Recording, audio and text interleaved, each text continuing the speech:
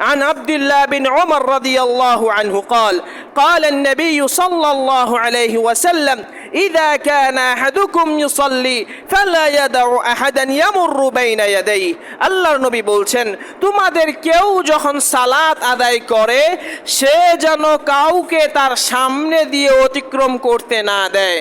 যদি কেউ অতিক্রম করতেও চায় ফাইন আবা ফালইউকাতিলহু ফাইন্নাহু মাআহুল করিন, যদি সে প্রত্যাখ্যান করে তাহলে সে যেন লড়াইয়ে নেমে যায়। মানে এত বড় গুনাহ এটা। আল্লাহর নবী বলছেন কেউ যদি সামনে দিয়ে অতিক্রম করে সালাত পড়া অবস্থায় তাহলে সে যেন ওই ব্যক্তির সাথে লড়াইয়ে নেমে যায়, কারণ সে মানুষ নয়, সে হলো শয়তান।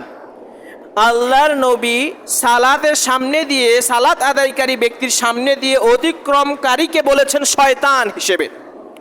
অন্য এক হাদিসে রয়েছে, এই হাদিসটি হলো সহিহুল মুসলিমের 506 নম্বর হাদিস। অন্য